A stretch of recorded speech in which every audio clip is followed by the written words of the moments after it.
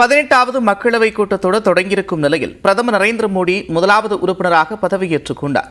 காலை 11 மணிக்கு நாடாளுமன்ற மக்களவை கூட்டத்தொடர் தொடங்கியதும் பிரதமர் மோடி எம்பியாக பதவியேற்க தற்காலிக சபாநாயகர் பத்ருஹரி மஹதாப் அழைத்தார். இதனையடுத்து பாஜக மற்றும் கூட்டணி கட்சிகளின் பலத்த கரகோஷத்திற்கு இடையே பிரதமர் மோடி பதவியேற்றுக் கொண்டார்.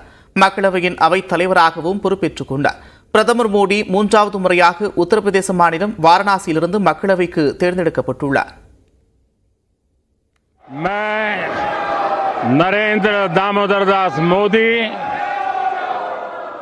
जो लोकसभा का सदस्य निर्वाचित हुआ हूं, ईश्वर की शपथ लेता हूं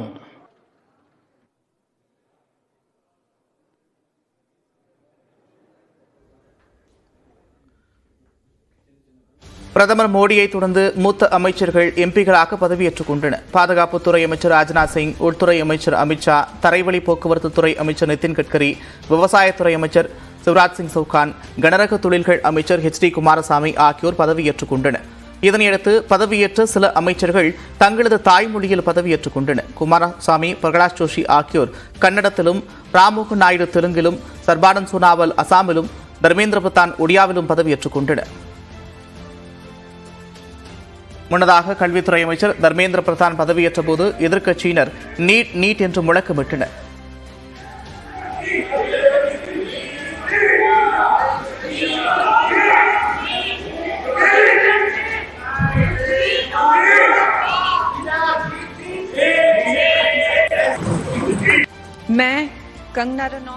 அமைச்சர்களை தொடர்ந்து மாநில வாரியாக உறுப்பினர்கள் பதவியேற்றுக் கொண்டனர். இதன்படி இமாச்சல பிரதேச மாநிலத்தில் மண்டி தொகுதியிலிருந்து பாஜக சார்பில் தேர்ந்தெடுக்கப்பட்டிருக்கக்கூடிய நடிகை கங்கனா ரனாவத் பதவியேற்றுக் கொண்டார். ஹிந்தி மொழியில் பதவியேற்ற அவருக்கு பக்கன் சிங் குலாஸ்தே பதவி பிரமாணம் செய்து வைத்தார். मैं कंगना रनौत जो लोकसभा की सदस्य निर्वाचित हुई हूं, ईश्वर की शपथ लेती हूं कि विधि द्वारा स्थापित भारत के संविधान के प्रति सच्ची श्रद्धा और निष्ठा रखूंगी. நாங்க திரும்பி வந்துட்டோம், போருக்கு தயாராக உள்ளோம் என்ற தலைப்பில் பெண் எம்பிக்களுடன் இருக்கும் புகைப்படத்தை தூத்துக்குடி எம்பியும் திமுக துணை பொதுச் செயலாளருமான கனிமொழி எக்ஸ் பக்கத்தில் பதிவிட்டிருக்கிறார். 18வது மக்களவைக்கு தேர்ந்தெடுக்கப்பட்ட எம்பிக்கள் பதவியேற்று வரும் நிலையில் கனிமொழி இவ்வாறு பதிவிட்டுள்ளார். கனிமொழியுடன் சுப்ரியா சுலே, முகா மொய்தா, ஜோதிமணி, தமிழச்சி தங்கபாண்டியன், சுதா ஆகியோர் இருக்கின்றனர். கள்ளக்குறிச்சி கள்ளச்சாராய சம்பவத்தில் பாஜகவும் அதிமுகவிற்கும் தொடர்பு இருப்பதாக திமுக அமைப்பு செயலாளர் RS பாரதி குற்றம் சாட்டியிருக்கிறார். நாட்டையே உலுக்கிய கள்ளக்குறிச்சி கள்ளச்சாராய மரணம் தொடர்பாக தற்போது CBCID விசாரித்து வருகிறது. டெல்லியில் செய்தியாளர்களிடம் பேசிய மத்திய நிதியமைச்சர் நிர்மலா சீதாராமன் 1971ஆம் ஆண்டு திமுக அரசு மதுவிலக்கை நீக்கி தமிழ்நாட்டில் மதுவை அமல்படுத்தியதாக கூறினார். இதற்கு பதிலளிக்கும் வகையில் பேட்டியளித்த திமுக அமைப்பு செயலாளர் RS பாரதி, நிர்மலா சீதாராமன் வரலாறு தெரியாமல் பேசுகிறார் என்றார். 1938 அமுல்படுத்தப்பட்டது.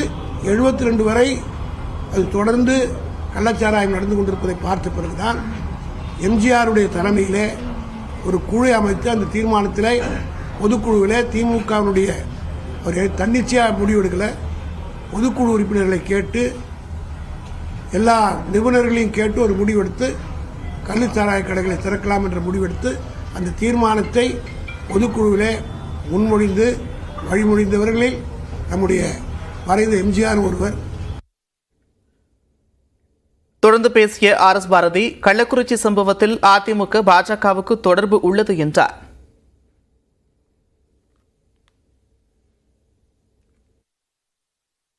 பாஜகவை சார்ந்தவருக்கு இதில் தொடர்பு இருக்கிறது. நீங்கள் ஆளுகிற பாண்டிச்சேரியில் இருந்தால் இந்த மெத்தனால் வந்தது. பிஜேபி ஆளுகிற அந்த மாநிலத்திலிருந்தும் ஆந்திராவிலிருந்தும் வந்தது என்று சொல்லுகிறார்கள். பத்திரிகையில் வந்தது, ஊடகங்களும் வந்தது, எல்லாரும் சொல்கிறார்கள். பாண்டிச்சேரியில் பிஜேபி தானே ஆட்சியில் இருக்குது, அந்த சீஃப் மினிஸ்டர் மேல் நடவடிக்கை எடுக்க சொல்லி கேட்டாங்களா நிர்மலா சீதாராமன்? சம்மந்தப்பட்டவர்கள் பாஜகவை சார்ந்தவர்களும் இருக்கிறார்கள், கள்ளச்சாராய விற்றவர்கள் அதிமுகவை சார்ந்தும் இருக்கிறார்கள் என்று செய்திகள் வந்து கொண்டிருக்கிறது. மேலும் CBI விசாரணை தேவை என்று அண்ணாமலை கூறுவது குற்றவாளிகளை தப்ப விடுவதற்காகத்தான் என்றும் குற்றம் சாட்டினார். பாதிக்கப்பட்ட கள்ளக்குறிச்சி பகுதிக்கு முதலமைச்சர் செல்வார் என்றும் RS பாரதி தெரிவித்தார்.